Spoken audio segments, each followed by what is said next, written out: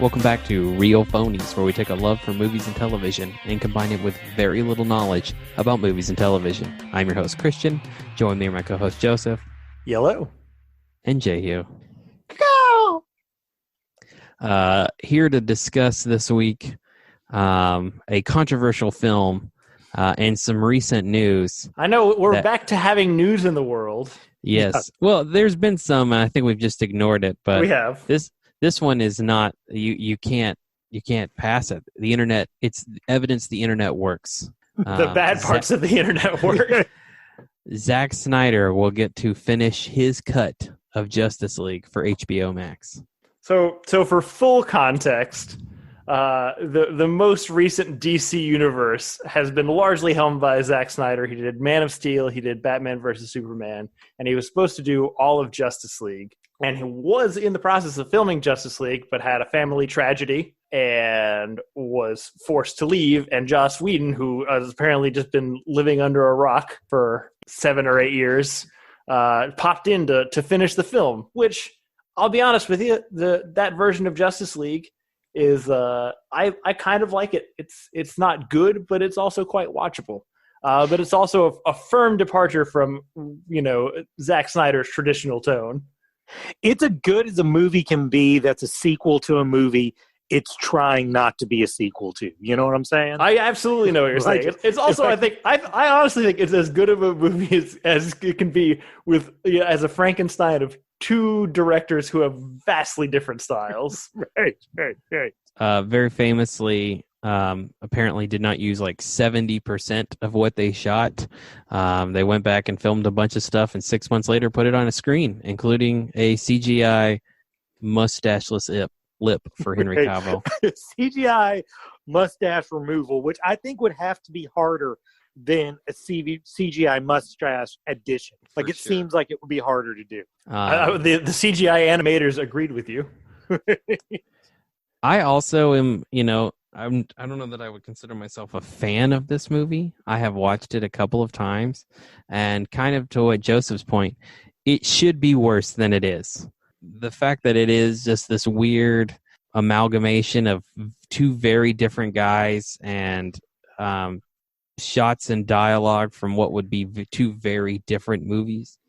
The finished product ain't great, but again, my expectations were so low that I had a fun time with it. With this news, though, I really I don't know how to feel. I feel like we're going to have to do another episode in 2021 is what I feel. Yeah, for sure.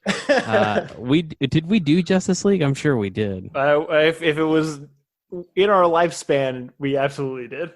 I don't think you did. I think it was before your lifespan. I mean, it definitely would have been before I was on the show, but I don't think you guys did it. I really have no memory of when that movie came out. Yeah, I don't either. But so Zack Snyder, weird that he was like a huge influence in the, I guess, fanboy community at the birth of really like comic book movies, because 300, Watchmen, they have their followings. I mean, and both are fairly faithful besides one major thing in Watchmen. His Dawn of the Dead remake, really good. So I think, and Jehu excluded, most people came out of Man of Steel pretty positive. Right. Yeah. I'm a pretty vocal hater of it, but I was in the minority. I think it's slightly better than Transformers. But man, after Batman versus Superman, everything turned on him. Well, you say that, not everything, because I would say like studio executives turned on him because in general audiences turned on the theatrical release of Batman versus Superman. But I think the loyal Snyder base was unwavering, which is one of the big reasons that we got what I think is the first quote unquote Snyder cut, the director's deluxe edition of Batman versus Superman, which is what we're here to talk about today.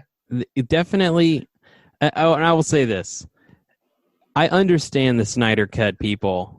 One of the big arguments for it is they want to see the vision finished out. Whatever started in Man of Steel, Justice League, obviously, kind of to what Jehu was saying, feels, and just what you were saying, it feels like it's trying to separate itself while also kind of being connected. Right. People want to see what he had planned. They want to see that story finished so that you could watch it over 3 films. However, I would argue Man of Steel to Batman versus Superman already disconnected. I would agree with that totally. I'm curious to see what this movie's going to be. I will watch it. I think we will all have to anyway. I just think this goes along with, DC Warner's ongoing bullshit of, after they made Batman versus Superman and it didn't just conquer the world, they just don't know what to do next. Right.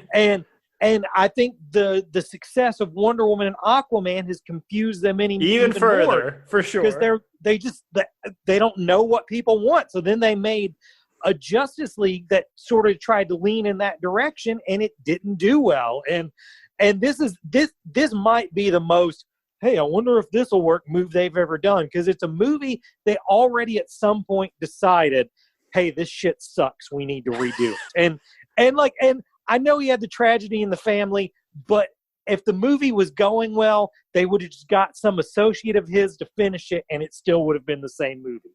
The movie was not going well. They did not like how it was going. And they're like, hey, let's just throw as much of this out as we can and make a movie that's almost the opposite. Instead of overly dark, it's overly light. Instead of overly long, it's overly short. I'm fairly certain they were already well into production on Justice League when Batman vs. Superman came out.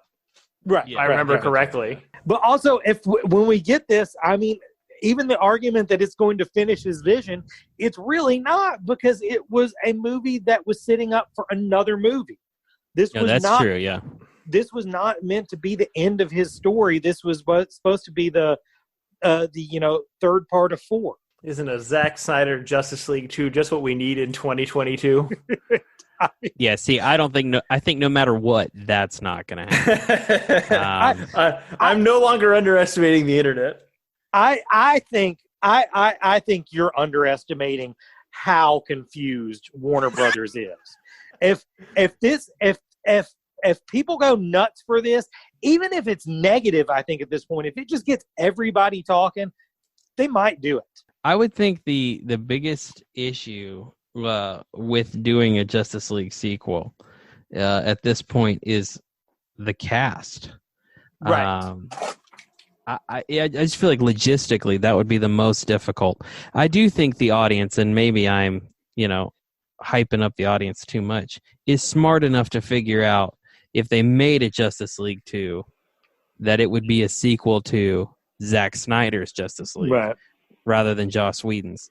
But I think while I think that, I don't think studio executives think that. Yeah, that's fair. I think the people who would care would know, and the people who wouldn't care would just show up anyway, because they're just like, oh, it's another superhero movie. Yeah, but is that going to make enough money? I don't know. I think we'll know when we see this, if they're going to attempt to do another one, if Batman, dies off screen or in a weird CGI effect, because he's the only guy they can't get back. I don't think they can get Affleck back. Yeah. Affleck's like, no, man, I'm done. This was the last time Ben Affleck will have ever been in shape. Right. I think one of the huge motivators for this is it seems to be the thing that's rekindled Henry Cavill's relationship with Warner Brothers. Yeah. I think they want that guy back, and he was pretty much done. And I don't know, like him hopping on that Zoom call or whatever, the watch party for BVS, and now there's rumors that they're renegotiating his contract to meet his demands. I mean, for whatever reason, we have all talked crap on Zack Snyder. Those actors all seem to really like him. Well, and I mean, also the one part I've never really had a problem with this wave of DC movies is casting. The casting's all been pretty tight. That's in fair. The beginning, I didn't really like the fact that Batman was 20 years older than Superman, but overall, once I saw Affleck in the Batman outfit, or actually even more as Bruce Wayne, I was like, yeah, I'm on board with this. I do want to say on the Snyder Cut people, there's a stigma, a stereotype that they're all awful incels. I don't think that's completely true. Like last year at San Diego Comic-Con, Snyder Cut people raised like $250,000 for charity. and stuff like that. Like, and I'm not saying terrible people can't do good things, because terrible Right. people do, but from an outsider's perspective, they don't. I think some of the hate they get is probably more intense than they deserve. I have a theory that it's all kind of colored by the fact that, and I'm not sure how to pronounce his last name, Steve Mnuchin is a producer on Batman versus Superman. Because it's really Well, that's not a fair hard. point. It's hard not to hate that guy and his fucking hot dog lips. Oh, he's a terrible human being. He's a horrible guy. Yeah. And he just looks like a horrible guy. He looks like a comic book caricature of a supervillain. If there's anything the last few years have taught us, Jehu, though, is we should not be looking to people who produce movies in Hollywood to be our moral compass. That's very true. Super fair point. But do we want to jump into... Yeah, because Batman- all of this, Yeah, we decided we watched Batman versus Superman. the Ultimate Edition with the original Snyder Cut. Probably, even though we've never done an episode on it, maybe the movie we've talked about most on this fucking podcast. Probably we talked about the most that we haven't done an episode on. I would say that's true. So have you seen I know Christian has. Have you seen the Ultimate Edition version also, Hurt? Yes, I have. And my basic simple review of it is it's a movie.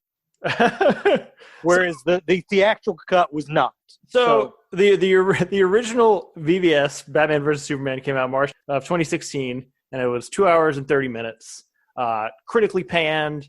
I mean, it made money, but not nearly as much as I think they were hoping it would make. And so as part of the DVD, Blu-ray release, whenever that came out, they released an additional 30 minutes of footage as the director's cut, which the loyal fanboys were fervent, really fixed a lot of the things that were wrong with this movie.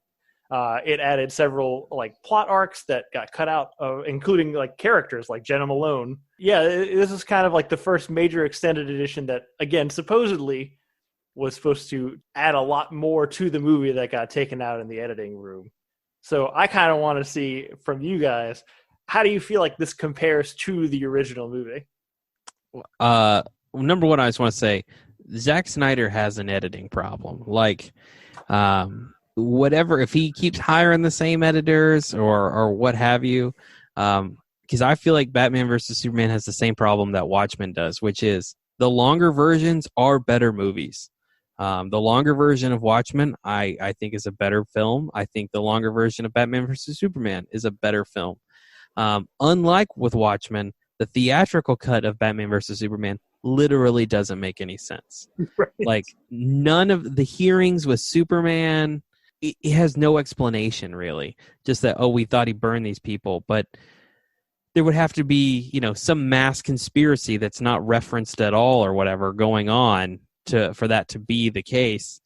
His whole plot in the theatrical cut doesn't make sense. I think the added time focusing on, what actually happened and why these people are upset and who the bad people are and how these machinations work and Lex's involvement make the film make a whole lot more sense. I'm not saying it's a better movie. I'm saying the arcs and the steps taken logically are superior in the extended, what is it, Ultimate Cut? Ultimate Edition, yeah. Yeah, what? That sounds like a dude that does protein power. It sounds like a thing. It sounds like what you should title the Zack Snyder edition of this movie. That's my opinion. Yeah, I'm pretty much. I mean, it at least has a narrative you can follow, which I don't think the original one did. The only thing that the original version conveyed to me is he really wanted you to know that he thinks Superman's like Jesus. If you didn't get that point, you didn't watch a fucking second of that movie, because it permeates every single scene. And just to make sure it hits you over the head, the fucking shit came out on Good Friday. It's the most ham-fisted thing I've ever seen in any fucking movie. To your Jesus point, is it this movie or is it Man of Steel where he has the conversation with the priest and Jesus' head is literally over his shoulder? That is also real bad too. But for some reason, that part didn't anger me in Man of Steel. In this one, it just really started to piss me the fuck off. By the end of this movie, I just wanted to punch somebody the first time I watched it. The other thing about the theatrical cut that this doesn't fix is it's still stupid to put your end of credit scenes in the middle of a fucking movie. You shouldn't put commercials for other movies in the middle of a fucking movie. You know, everybody who has said, "Oh man, it's weird that you have to wait till the end of the credits to watch those things on Marvel movies." This is a perfect explanation of why that's a good idea. But, you know, I mean, the theatrical version, it does have a story, but I don't care about the story. It's still, you know, it's still the same overly dark, overwrought bullshit that just, I don't know. It's like, you guys know, I can find something good in almost anything. I have a very low bar of what will entertain me. But the worst thing about this movie is it's just not entertaining. So I came into this. You were actually there when I watched this movie. I came out of the theater and ran into you. I don't know if you remember that. I do. No, I do remember that. You were there for like my real time breaking down of my psyche trying to explain this movie. I really, really despise it. And I was almost against this whole concept of the episode because I couldn't bring myself to watch it again. But I knew if I didn't watch the Ultimate Edition, every single internet person would tell me, "Oh, you know, really, it gets fixed in the Ultimate Cut," and all those people would be represented by Christian. And so I felt that, like, I felt a need in order to correctly demolish it, to experience the full thing. And you know what? It is better. I agree with a lot of the things. I still don't think it's a good movie. I think it is still worse than Transformers. And even though we are fundamentally against giving rating systems, like something out of 5 or out of 10 or out of 1,000,000, whatever, I will say whatever my original score of BVS was, this probably like doubled it, but it's still worse than Transformers. Right. Well, you know, on a Transformers scale, I would say it moves it from Transformers 5 up to Transformers 4. I'm going to go the theatrical version is worse than Transformers. I do think this version is better than Transformers. I've gone back and watched the Ultimate version a couple of times. There's some things it's 3 hours long. It's very long. But if Ian can watch The Irishman 20 times since November, in the 5 years this movie's been out, I can think. Holy shit, that's actually a good point. I might rather watch this movie than The Irishman again. I would say the bad CGI in this is still better than the bad CGI in The Irishman. But still worse than most movies after like 2010 somehow. That's true, yeah. So we want to talk spoilers, or I mean, most people have seen this movie. Here's right? the thing: I just took a bunch of random notes that are in order of the movie, so I'm just going to talk about the things that I thought, and we can just spitball as we go. Okay. All right.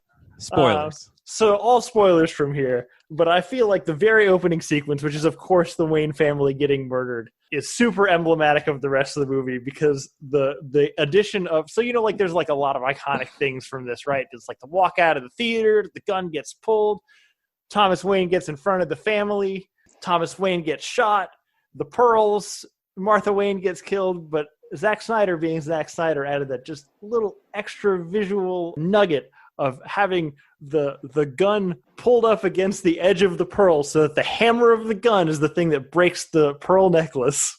And to me, like that's so emblematic of everything that else that happens in this movie because it's so visual first over anything else. Like there's no you build the logic and the rest of the movie around here's some cool visual ideas. 100% though, if he had not done that, Todd Phillips would have done it, and I'm surprised he didn't steal it.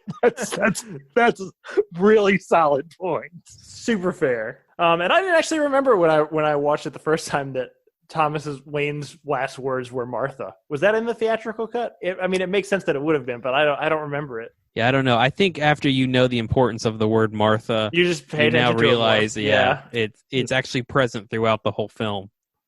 But then we hard cut into so this is the other thing about this movie is it's super reactionary to the criticism Zack Snyder faced from his first DC movie, Man of Steel, where people were like, why doesn't Superman give a fuck about the people on the ground?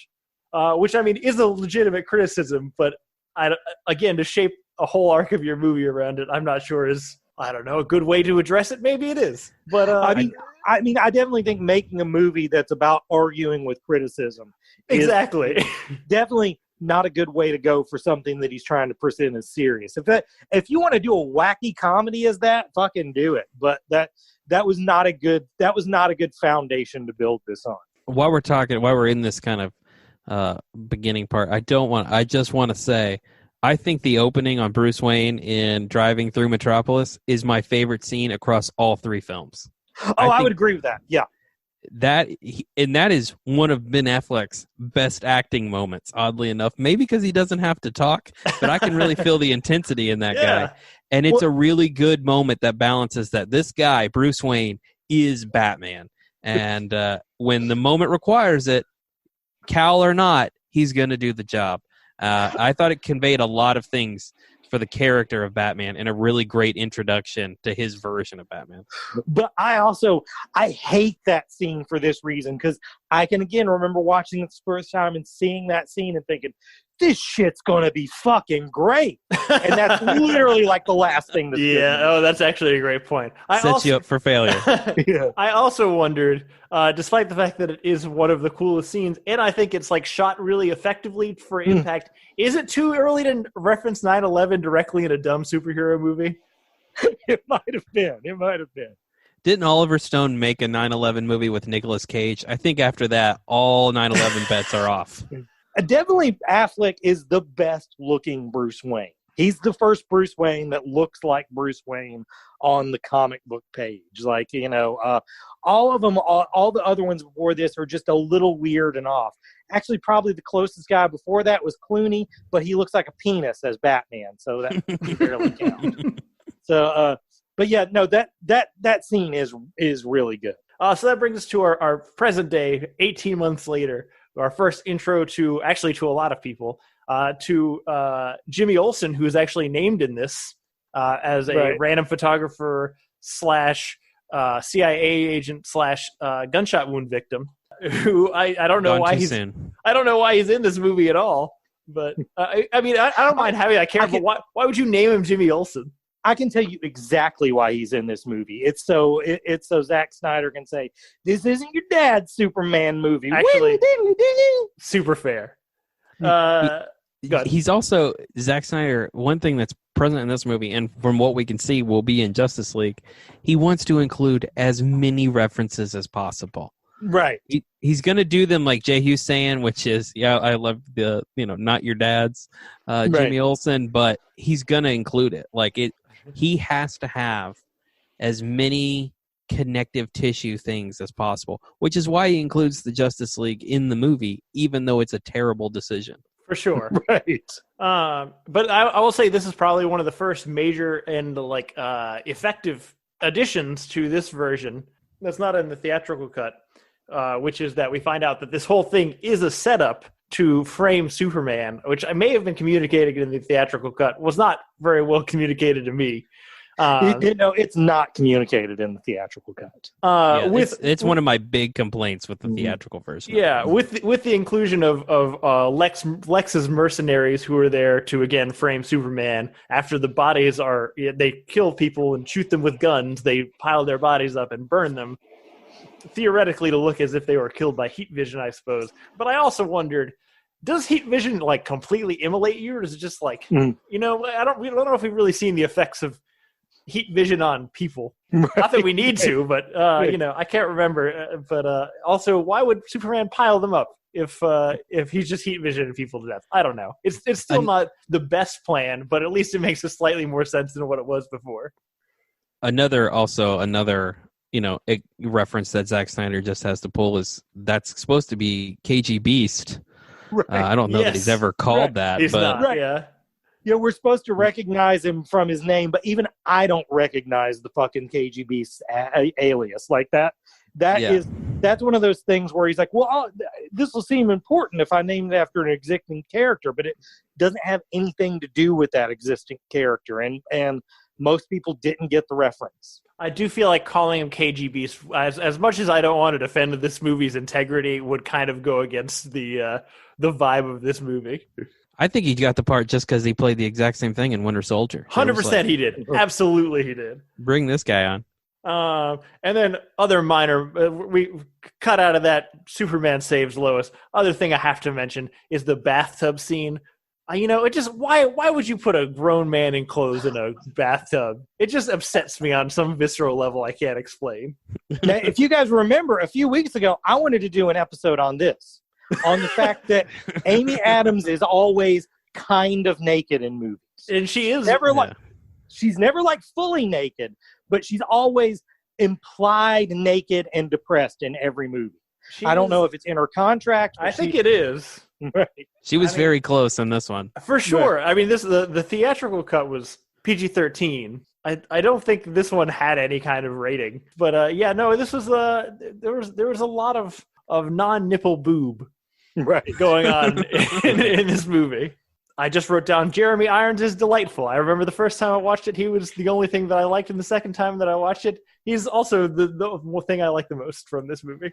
Jeremy Irons is kind of in this. There's a lot of the actors in this that I think are just like, oh, comic book movies are big now and they're good, so I'll sign up to be on one. And they didn't really look into what makes one good and one not good. And Jeremy Irons is the first victim of that. Like for sure, he just showed up and he did a good job, and he had no idea he was in a shitty movie. I'm okay with that though. He showed up and he put in an effort. Right. I think we're overstating Jeremy Irons' pedigree here. The dude was in Aragon. Also a fair point. That's true. He just seems like he'd have pedigree. He seems very, distinguished. Distinguished, but he's not. Indeed. Yeah. He's really not. I mean, he's like Michael Caine. He'll be in some really good shit, but he'll also be in Jaws 4. Right. I also feel like I still don't like the decision from the creative team, but I appreciate Jesse Eisenberg's performance as Lex Luthor in this more now that I am aware that he is based on Max Landis. Because if you ever watch anything of him when he had his long hair that looks exactly like Jesse Eisenberg's hair, it's a pretty dead ringer impression. The one thing I always defend from this movie is Eisenberg's performance as Lex Luthor. I don't think it's a good Lex Luthor, but he does a good job of the character he's supposed to be in this movie. Exactly. I completely agree. He does have, in all the shitty stuff in this movie, even over Martha, he has my least favorite scene in that movie. The biggest lie in the world is that power can be innocent. Who's ever said that in the history of humanity? I mean, he says it like it's some adage he's disproven, and that's the first time any humans ever said that fucking sentence. I feel like there's a lot of those in this movie. One of my original reviews when I first saw the theatrical cut, which again is slightly better in this, is that it's just a bunch of people standing in a room and delivering cool lines past each other. Right. And then we cut to the next people in a room delivering cool lines past each other. There are actual scenes in this movie, in this version of the movie. But yeah, Jesse Eisenberg's got some stinkers in there. I wanted to mention when so Scoot McNairy is like a victim of the Wayne Tower collapsing and is somehow mad at Superman for taking away his legs or something. But he goes up and climbs up his legless self to deface the Superman statue. And then there's the news of him getting arrested. And it says, like former Wayne employee arrested of hate crime. And I'm like, is that what a hate crime is? Yeah, I think, man. Yeah, I think that's a pretty low bar, particularly since I doubt the most powerful man on earth is in a protective class. That's kind of what I was like. I don't think that somebody knows what the word hate crime. Like, I mean, it is kind of a weird thing to define, but I'm pretty sure this isn't a hate crime. Also, when they're like cycling through all like the talking heads on the news, one of the guy's titles is international blogger, which I think was supposed to make fun of blogger, but aren't all bloggers international? Yeah, that's true. I want to commend Zack Snyder here for a second because, or his assistant, somebody at some point said, let's name this character Wally. And he's like, cool, Wally West, but with no legs. How awesome is that? And someone's like, we're not going to do Wally West, Zach. It's just a different Wally. He really fought his urges there, I'm sure. You're absolutely right. That was a meeting where several people were like, "No, Zach, can't let that happen." Here's one of the things that I wanted to talk about because I was confused about the difference between the ultimate cut and the theatrical version. I thought the ultimate cut explained some of the branding stuff, the bat brands on the criminals.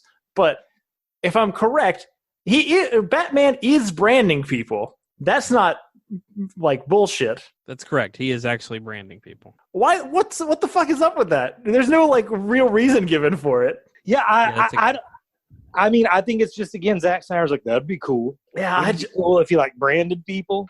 Because that was one of like, I was confused about the branding and the fact that they got beat up in prison, but it's explained it later in this version that they get beat up in prison because Lex is paying people to murder people with the bat tattoo to make Batman seem like more of a villain, which again is a stretch of a plan, like all of his plans, but it is a plan.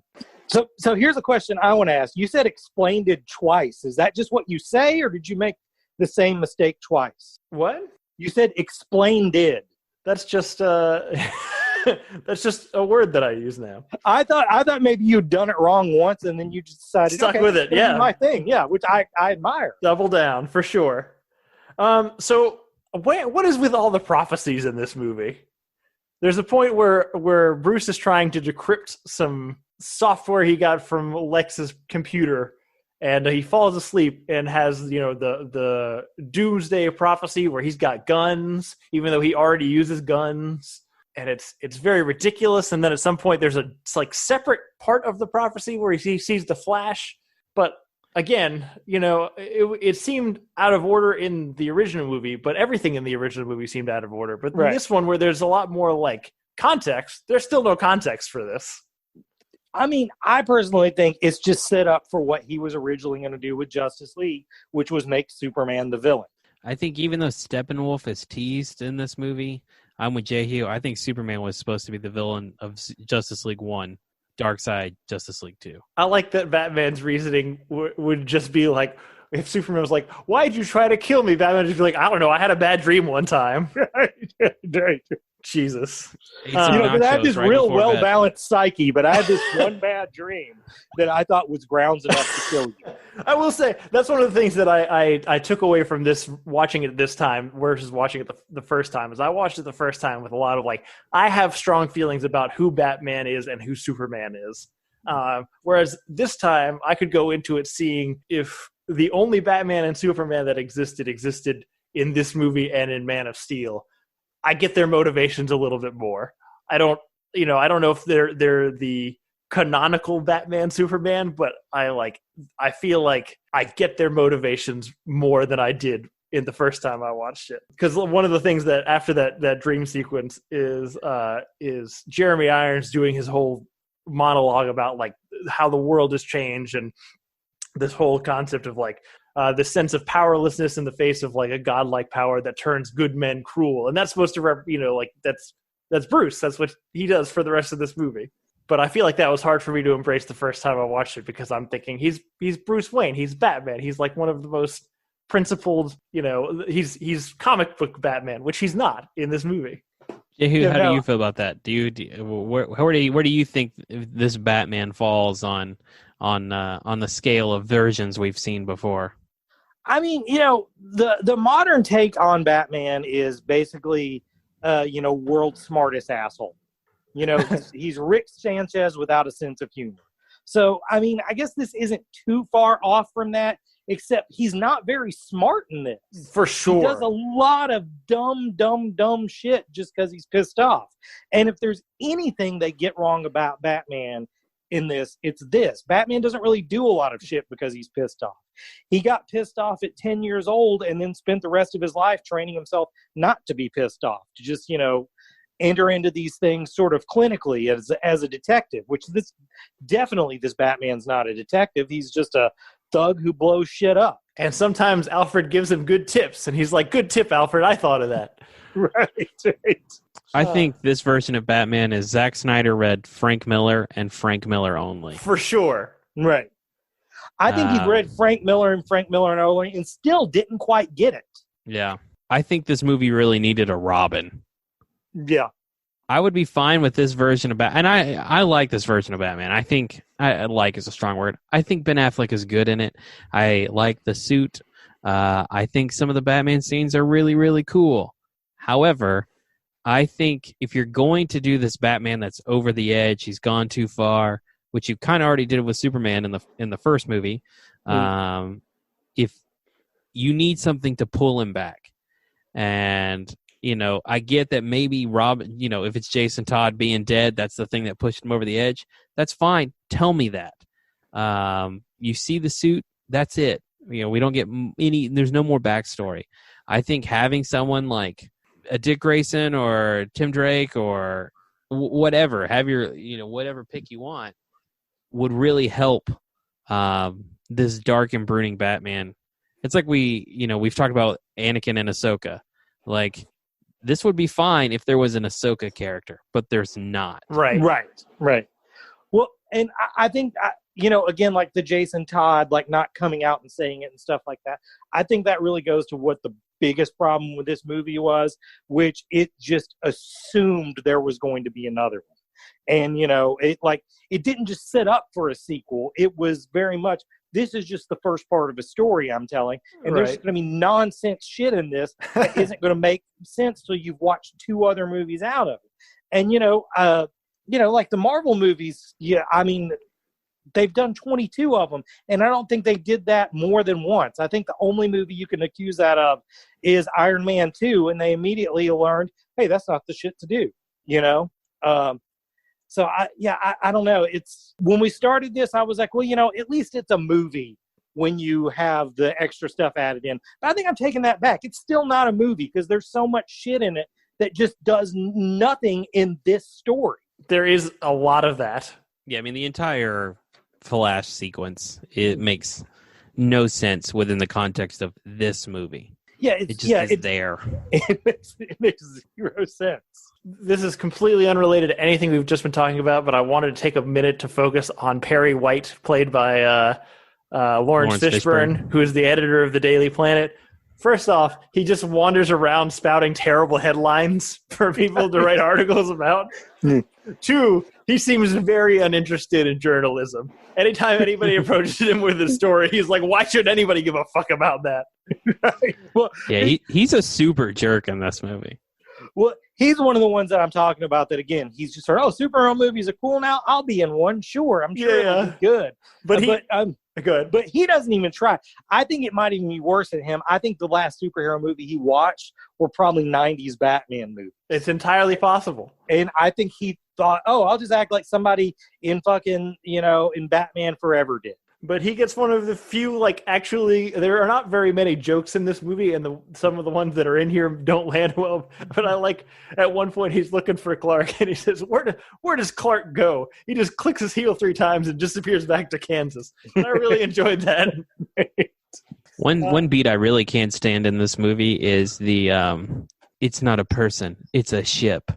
I'm as big of a National Treasure fan as there is, but you ain't doing it better than National Treasure.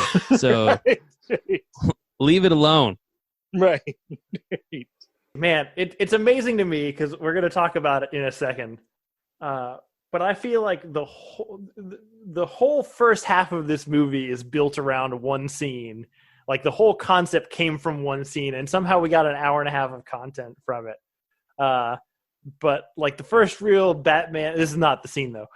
The first real Batman Superman scene where they meet is really good with the Batmobile introduction, because you set up the Batmobile as this indestructible, cool ass vehicle that's just wrecking shit, and then it runs into Superman and just falls to pieces. And I really like that. I think that's a really effective intro to everything. It's a cool Batmobile too. It is. I mean, look, I'm sure Jason's gonna critique it for being a little tanky, which it is, but it is tanky. I think it's pretty fun.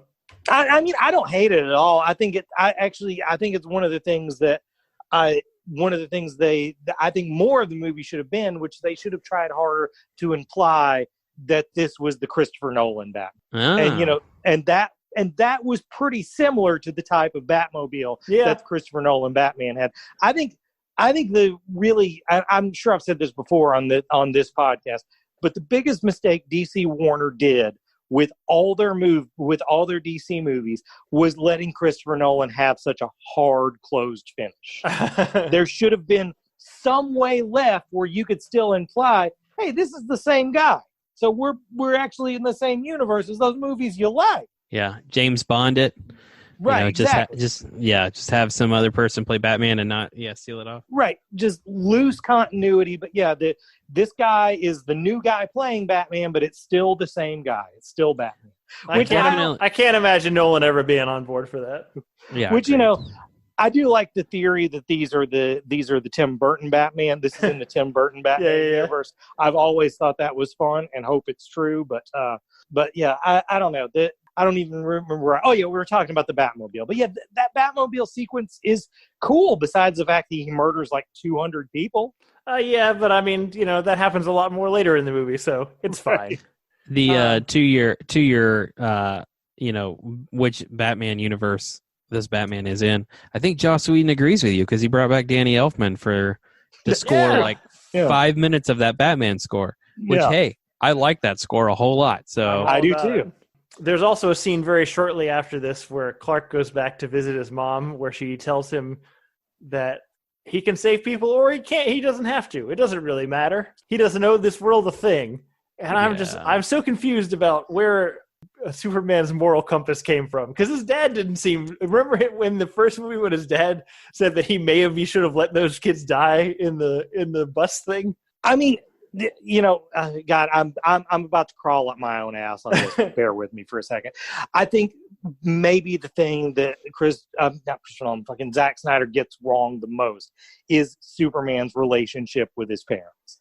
The idea of Superman and the whole American immigration allegory that it is that, when he lands here on Earth, he's made better by his interaction with his parents who, are the melting pot, who teach him, about these American values that make him better. And it seems like something that Zack Snyder would be on board with if, politically, but man, does he just not like that in a storytelling sense. Apparently not. He really is. Instead, it's like, no, I'm going to have him these sort of shitty, disinterested parents, and he just sort of accidentally becomes a superhero. I mean, definitely Jonathan Kent willingly walks into a tornado for no reason whatsoever. No reason. They have no idea how to handle Superman's parents. What you don't know is that Jonathan and Martha were having some real marital trouble at the time. He was just fed up. I really, that scene was so dumb, I couldn't process it at the time. Like, I was like, okay, there's something that I didn't pay attention to earlier in this movie, or this is going to be rectified later. I'm just going to accept it from now. And no, it was just that fucking dumb. But this brings me to the scene that I think built the whole first half of this movie, which is an hour and a half long, which is Zack Snyder in a room one day going, what would happen if Superman was in a room with a bunch of people and a bomb went off and then he was the only one left because nothing can hurt him, and then he came onto a blank sheet of paper and that was the half of this fucking script. I would absolutely agree with that. I'm not saying there's a cup of piss. Don't forget, there's a cup of piss, which hopefully was also evaporated in the destruction.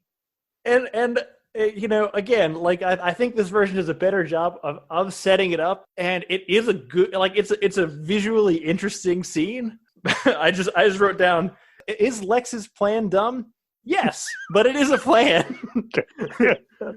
So yeah, I don't know how to feel about it. It had a lot of moving pieces that didn't need to be as complicated as they were, but hey, it looked cool, and you got to blow up Holly Hunter, which is a real bummer because I love Holly Hunter. Yeah. And Scoots McNairy is really wasted in this movie. We talked super about wasted, him early, but I mean, that's a really good actor who could have been given a way better part. Let's see, what do we want to talk about then? I was going to say, I don't think we really have to talk about how dumb Martha is. I think that's one thing that we can all agree on.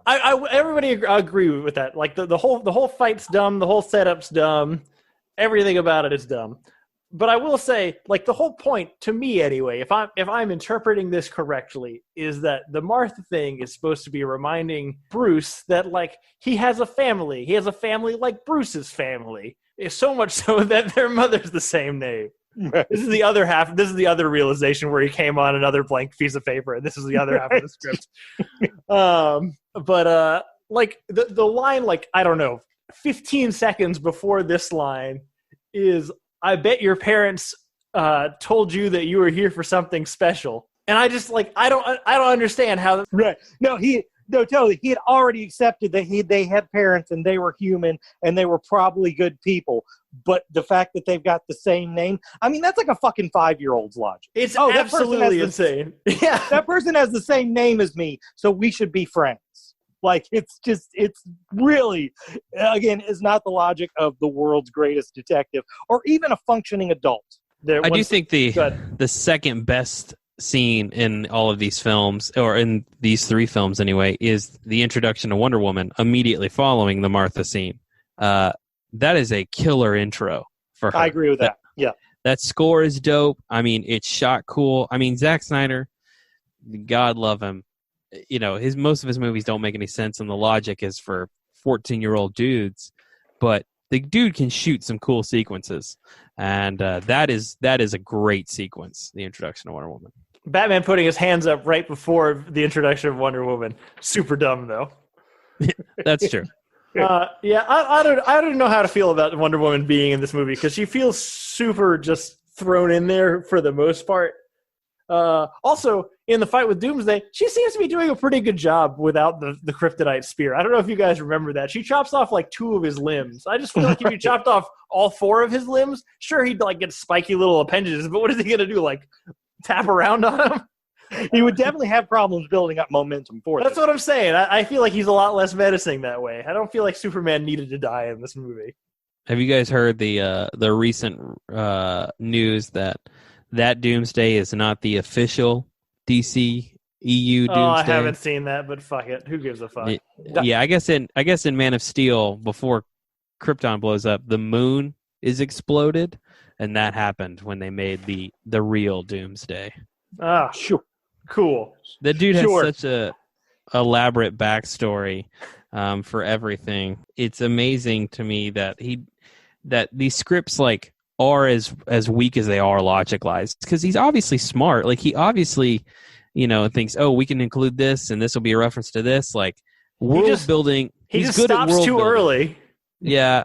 The actual machinations of things don't make any sense, but I can understand where he's coming from. Yeah. The universe that he's making. Oh, jeez. I wrote down here, this is early, this is during the Batman v Superman fight. I wrote down Batman's plan is dumber than Lex's. That's true. Because really, he needed to get to one specific room where the spear was, and seemed to have absolutely no specific plan to get there, just kind of luckily ended up there. Also, Superman could have killed him literally at any time if he wanted to. I don't want to go into it because this has been debated a lot on the internet. I'm just curious of everyone's feelings on the warehouse scene. Good Batman scene or bad Batman scene? I mean, it's a good Batman scene in the sense that it makes Batman look like the baddest motherfucker on the planet within human constraints. The thing that bothered me the second time around, recognizing how many people he's already murdered, is just shoot him, I don't understand why you have to kick punch him to death. Just shoot him. Well, here's the thing about it. Also, I think it's a pretty cool looking scene, and it's exactly the same scene as the most boring action sequence in The Dark Knight. So, literally, one of the best things in this movie is reminiscent of the most boring thing in The Dark Knight. So even when you're giving something in this movie a compliment, it's a low fucking bar. Any more strong feelings? No, I think we're fine. I don't think there's a lot after that. I still don't think there's a lot of justification for the world finding Superman to be a martyr after this. After he saves the world. And one of the things that bothered me at the end of this one is that Lois sticks around his grave longer than Martha. Right. Implying that somehow Lois loved him more than his fucking mother. Get the fuck out of here. Right. I do want to make one complaint here. Why does Superman have a memorial when he's the one that wrecked the city the first time? Right. I don't know. That I don't understand. It's all... I mean, we just talked shit about Josh Whedon making a sequel to a movie that he didn't really want to make a sequel to, but Zack Snyder sort of did the same thing. He kind of was like, oh well, I kind of wish things would have been a little different. I know it, right? Yeah. You know what? That's been Christian's hill to die on for years. Right. I honestly believe that is a Chris Terrio problem. Because now, having seen Rise of Skywalker, that seems to be a thing he does. Oh yeah, I didn't put together that it has one of the same writers, but it sure does. Yeah, he just wants to ignore everything that's come before and just make his own thing. So how dumb of an idea was it to kill off Superman before you made a Justice League movie? I don't know that it was that dumb. I think Go ahead. I was just say the only reason why I don't think it's that is because it left you extremely curious. I guess, well, I mean, they already told us he was coming back, I guess, with the dirt floating off or whatever, but it definitely left it. I left the movie theater thinking, God, that was terrible, but I want to know what happens. Well, so here's the thing, I think, is that from a strategy perspective, what you're supposed to be doing here is, for most lay people, including myself, I think a lot of people are like, why do we even need the Justice League if we have Superman? So I feel like with making a Justice League movie without Superman, you have an opportunity to justify how cool they are and how much shit they can do without Superman, and then you just add him to the mix. Instead, however, when you actually do the movie, you realize they're pretty hapless pieces of shit, and then Superman comes in and does everything. Here's why I think it was the dumbest decision anyone's ever made in making a movie ever. Wow. Because, it takes Superman off the table in a way that you can't use him in the promotion of the movie. Sure. So, with Avengers, when it was coming out, if you didn't know one fucking thing about the Avengers, you probably knew that Iron Man, Captain America, Thor are in the Avengers. And there they are in the fucking poster. When Justice League was coming out, the first thing, if you don't know anything about it, or frankly, even if you do, is, hey, where's the fucking Green Lantern? Why isn't Superman here? It didn't even look like the Justice League that the most basic Justice League fan would know. But that probably would have been okay if it would have been set up for some great moment of Superman coming back and surprising you. But they tell you at the end of the fucking movie that he is coming back. So They literally didn't get either thing out of it. They cut themselves off from using him as promotion, and they cut themselves off from using him as a cool story beat. That's a super fair point. Yeah. It's a weird... I don't think it's as stupid as maybe you do, Jehu, because I can see the marketing ploy behind it. But to your other point, I do think Justice League would have been promoted better if you had... and I get that they wanted to do the anti-Marvel. They didn't want to do Marvel movies. They didn't want to do it the same way Marvel did it. But without having, an Aquaman movie and not just 20-second clip in Batman vs. Superman, no one cares. Right. He's not a draw. Superman's the only guy who's been in all of your movies so far, unless you count Suicide Squad, which I don't. So from that point of view, why do I care that The Flash or Cyborg or Aquaman are in this movie? They haven't been in anything else. Yeah, totally, yeah. So what? Ian did provide us with a little bit of content this week. He showed us some clip of Jared Leto of the Joker that hadn't been out before. If this is a success, do you think we get the David Ayers cut of Suicide Squad? I would say no, but because I don't think David Ayer has the clout that Zack Snyder has, whether that's a good thing or a bad thing. And I would even argue that maybe David Ayer surprisingly kind of deserves it more. The guy made Training Day and Fury, and I like both of those movies a whole lot. Right. And the rumor is it'd also be really cheaper. He said he was 80% done. Do you guys hear? Do y'all know what happened with David Ayer's cut of Suicide Squad? No, not really. The trailer was so popular that the company, that the studio, Warner Brothers, decided they would hire them to edit the movie instead of the people David Ayer hired. Cool. I did not know that, but God, is that so on brand with what DC and Warner are doing with this shit. It's just, maybe this will work. Which kind of makes sense for that movie because, and it's true for this film as well, it just goes from beat to beat. There's no setup to the next moment. Right. It's almost like a 90-minute trailer. So, in he's got a lot more setup and involvement in Joker and Harley and how, where that leads for Enchantress and all that stuff. And so I would be curious, but I just don't care to ever go back and watch Suicide Squad ever. I definitely, I hated Suicide Squad a lot less than I hated this movie, but I'm less inclined to watch it again. Like it's just, I don't really have strong feelings about it at all. Honestly. Fair enough. Yeah. Well, unless you guys have anything else on this. I think we've spoken enough about a 5-year-old movie. I think so too. But I think this is going to be a good representation of the exact kind of content you're looking forward to whenever the Snyder Cut comes out. That's true. For Justice League. But cool. That's it for Batman vs. Superman, the Ultimate Edition.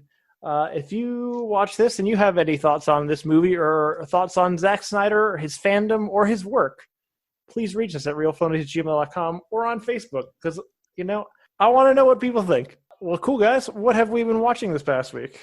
I'll go first because I have to go as soon Get as out I'm of done. here. I said I wasn't going to do it, but I couldn't resist. I watched the Hobbit movies. You did say absolutely, unequivocally, you weren't going to do that. Yeah, they're terrible. They're awful.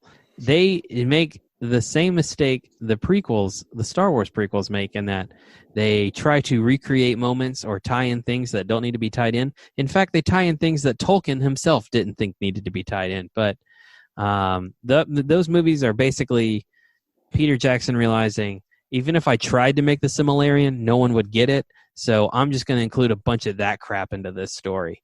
And I don't think it works really well. It's a pretty disappointing effort. Having said that, Martin Freeman is great as Bilbo. Ian McKellen, still great as Gandalf. The cast is pretty good. And I know a lot of people had a problem with the lighthearted tone.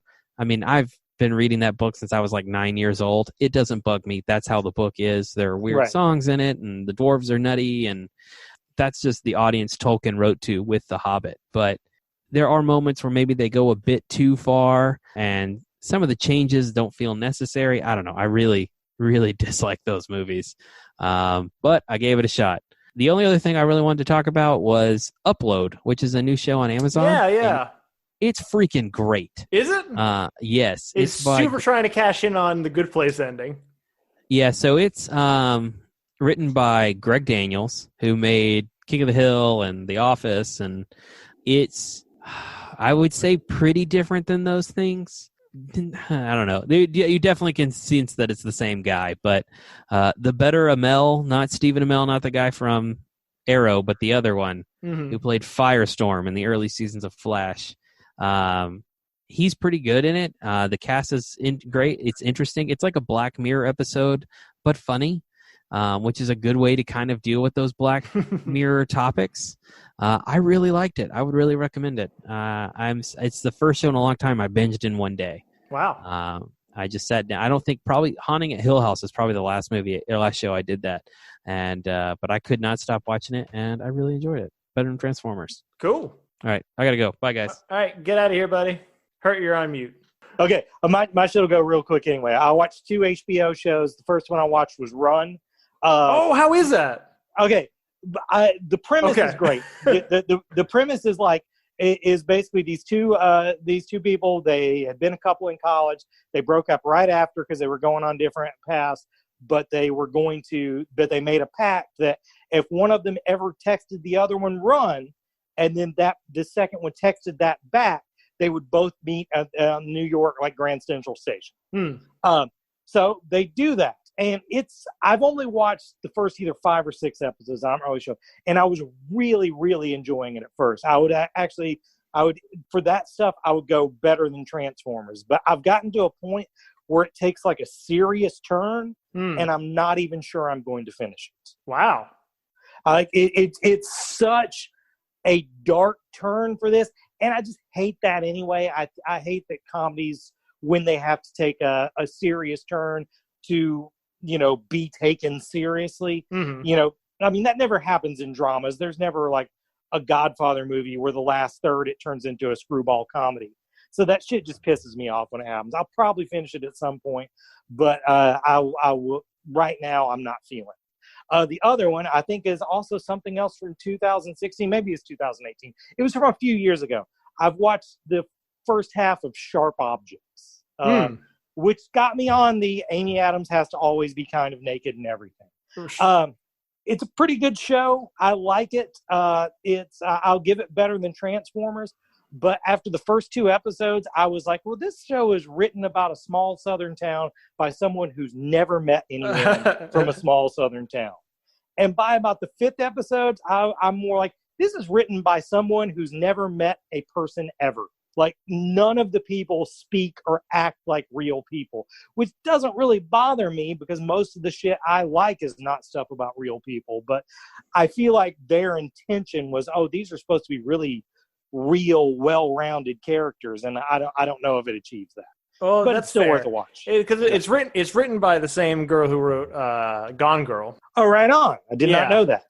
And that was kind of it's written by that girl, and it's directed by the same guy who did like Dallas Buyers Club and some other like critically acclaimed shit. Right. So it's been on my radar, but I've never gotten around to it. Well, despite it not having real people in it, is it entertaining or? Yeah, I think it's entertaining. Honestly, I think maybe what might have gotten in the way is I've seen Marty Noxon's name in the credits, which she was Josh Whedon's right hand man. So maybe that's where some of the iffiness and the way the characters behave come from. I don't know. I'm gonna finish it, and I've enjoyed it so far. It's just it's strange. Fair enough. Yeah, but that's all I got. All right, No, I got a lot of shit, but I can do it fast. I think. I found out that I can stream Rick and Morty on the Adult Swim app, so I watched the last 2 episodes. The Vat of Acid episode is really good. I agree with that. I will say it's not I don't know if surprising is the right word, but like the amount of people who watch this show for fundamentally different reasons than I do is astounding to me.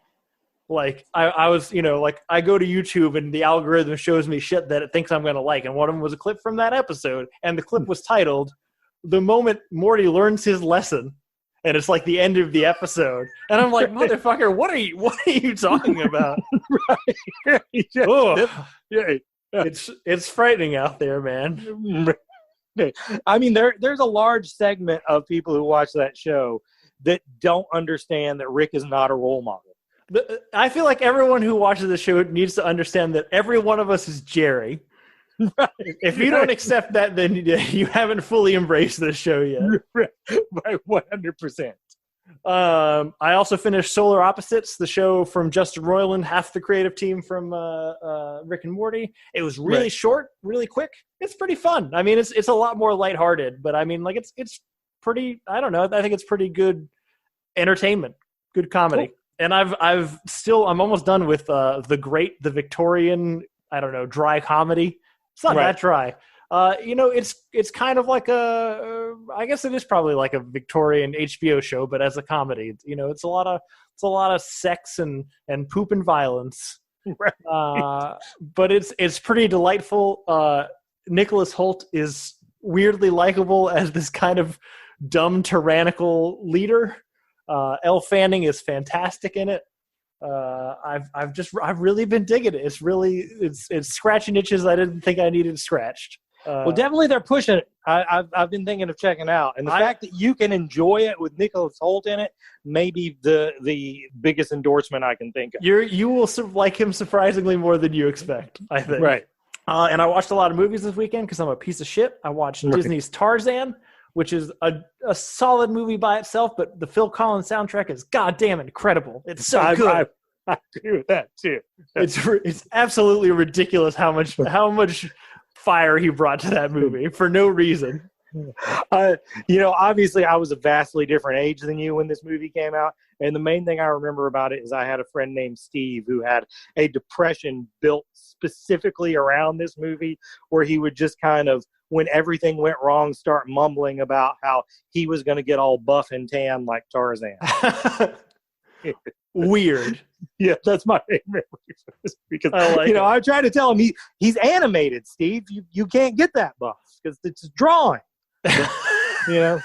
Also, I watched a horror comedy movie called Ready or Not, which I don't know if you've ever heard of. The girl gets married into a rich family, finds out they have to play some kind of game for her to like officially be in the family, and it turns out it's like murder hide and seek.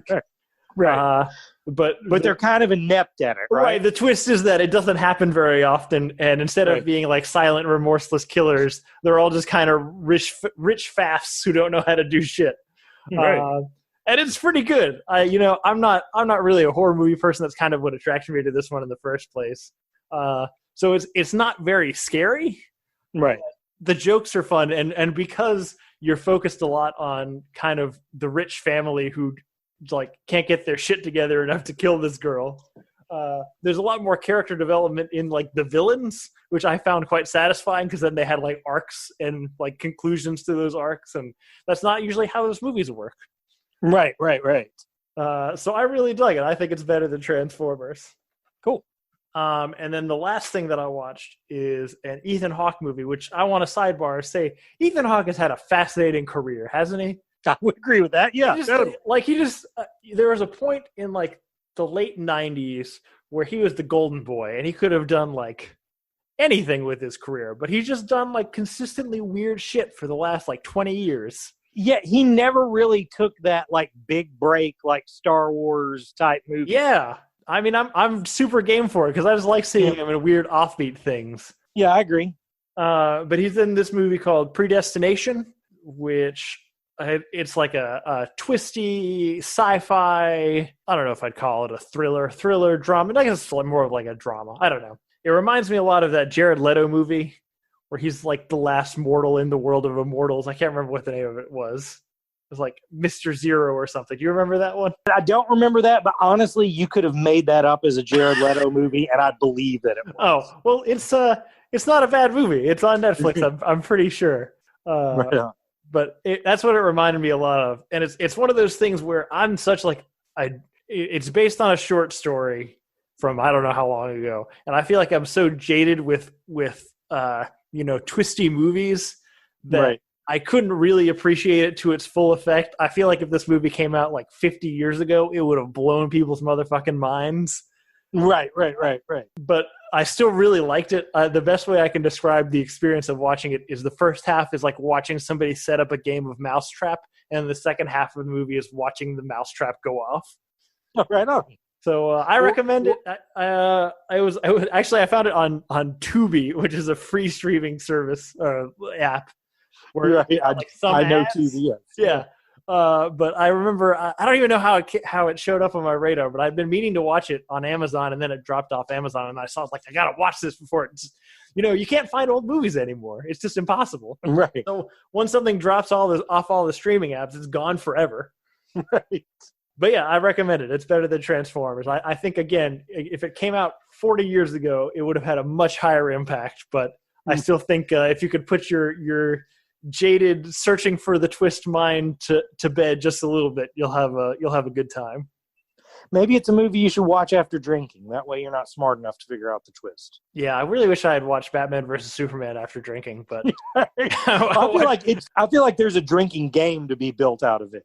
I don't have any rules for it. I just think there is. I mean, I think the rules would be anytime two people are in a room saying nonsense lines past each other that no human being's ever spoken to anyone else. Right. But then you die. That's the problem is you can't come up with a good game where you're not going to die by the second half of the 3-hour movie. Right. God, fucking Zack Snyder. Anyway, that's it for me. That's it. I don't know what we're doing next week. We never know what we're doing next week. I mean, we did Batman versus Superman this week. We're starving for content. Hey, no, that's the thing. Maybe some weird internet thing will happen that will prompt us for another thing next week. That is true. This was topical. It just, it feels like a movie we've talked about so much. It's funny that we just got around to doing an episode about it. I was actually kind of amazed that we hadn't already done an episode about it. Maybe we should do Justice League next. Who knows? But we'll have something for next week. Right on. In the meantime, thanks everybody for listening. Please rate and subscribe and tell your friends about the podcast. If you want to get in touch with us and tell us your feelings, positive or negative, about Zack Snyder, you can reach us at realphonies@gmail.com. You can also follow us on Facebook and Twitter at realphonies and on Instagram at real_phonies. Thanks to Zach Evans for art and Brian Velasquez for our theme. We'll see you guys later. This is where you say later. Later. I never say later, though. I know, but Christian always says it, and it sounds weird when I just do it. Okay. Then later. I'm leaving that whole bit in. It's going to be good. Okay.